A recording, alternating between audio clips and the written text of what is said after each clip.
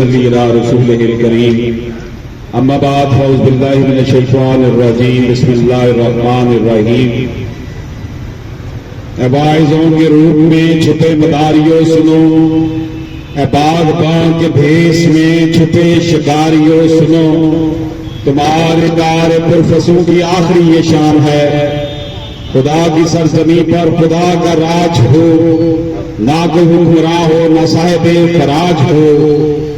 پاکستان بنانے کے مقاصد میں سر فہرست یہی بات تھی کہ پاکستان میں نبی پاک صلی اللہ علیہ وآلہ وسلم پر نازل ہونے والی کتاب قرآن پاک کا نظام نافذ ہوگا، عدل و انصاف ہوگا، معاشی انصاف ہوگا، سماجی انصاف ملے گا اور یہ ملک اسلام کی لیبارٹری بنے گا۔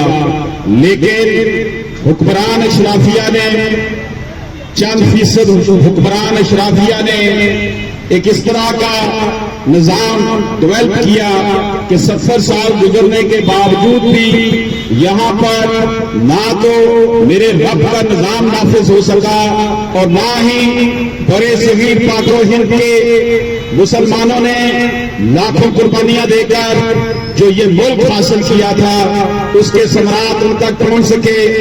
اب حالت یہ ہے جن کو ہم کافر کہتے ہیں ان کافر ممالک میں سماجی انصاف بھی ہے اور معاشی انصاف بھی ہے، وہاں کی عدالتیں 25-30 سال بعد فیصلے نہیں کرتی بلکہ وہاں پر انسان کو واقعی انسان سمجھتے ہیں۔ ہم اسی خوش فہمی میں مبتلا ہیں کہ ہم اسلامی جمہوریہ پاکستان کے آزاد شہری ہیں۔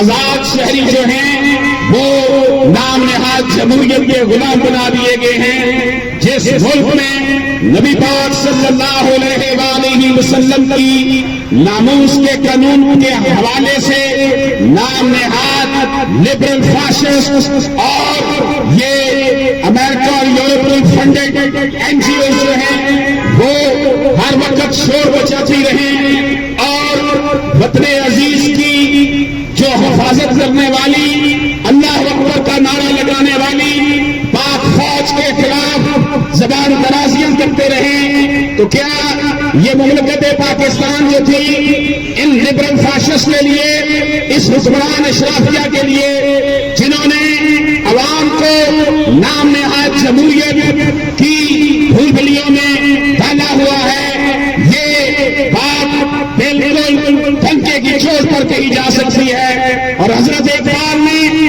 اپنی مشہور نظم ابلیس کی مجلس شورا میں ابلیس کے منہ سے یہ کہلایا تھا کہ میرے چلے جانو یہ جو جمہوریت ہے یہ فسطائی نظام ہے، یہ چل رہا ہے، تم مت کرو کہ یہاں پر کمیونزم آ جائے گا۔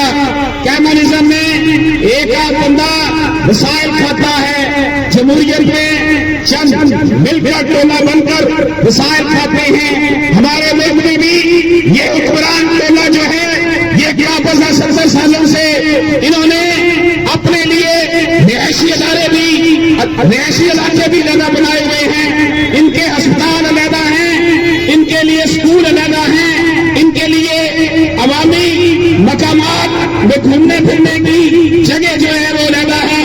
ان لوگوں نے 97% عوام کو یرغمال بنایا ہوا ہے اور یہ لوگوں کو جو ہے پوری طرح جو ہے ان کا استحصال کر رہے ہیں۔ یہاں پر یہ بات واضح ہونی چاہیے کہ یہ پوشیدہ عدالتی نظام، یہ پوشیدہ جمہوری نظام 30 سال ڈکٹیٹرشپ رہی، نظام چلتا رہا، جمہوریت آئی، نظام چلتا رہا، یہ ڈبا بھی، یہ نام نہاد اللہ، یہ بھی بیوروکریسی کے اداکار ہیں جو اسٹیٹس کو نہیں توڑ رہے۔ جب تک یہ اسٹیٹس کو نہیں ٹوٹے گا یہ سرمایہ دار، یہ وڈیرے، یہ نام نہاد مذہبی رہنما جو ہے عوام کو دال بندی کے چکر میں لگا کر خود حکمرانی کے مزے لیتے رہیں گے۔ اگر ہم نے نبی پاک صلی اللہ علیہ وسلم کا یہاں پر نظام نافذ کرنا ہے تو پھر ہمیں وہ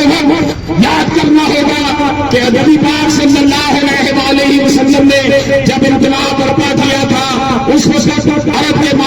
کیا حالت تھی. آج ہم دیکھتے ہیں بچے ڈگریاں ہاتھ میں لیے پھر رہے ہیں, ان کے لیے نوکریاں نہیں ہیں, مزدور کے لیے مزدوری نہیں ہے. 97% لوگوں کو 2-3% لوگوں نے یرغمال بنایا ہوا ہے. ان کے لیے ہر چیز مینج ہو جاتی ہے, ان کے لیے عدالتیں مینج ہو جاتی ہیں, ان کے لیے ادارے مینج ہو جاتے ہیں. لیکن اگر مینج نہیں ہوتی تو یہ عوام بیچاری بھوکی مر رہی ہے. اور موجودہ حکمرانوں نے بھی ریاست مدینہ کا نام لے کر وہی کچھ کیا جو پہلے والے حکمران کرتے رہے تھے.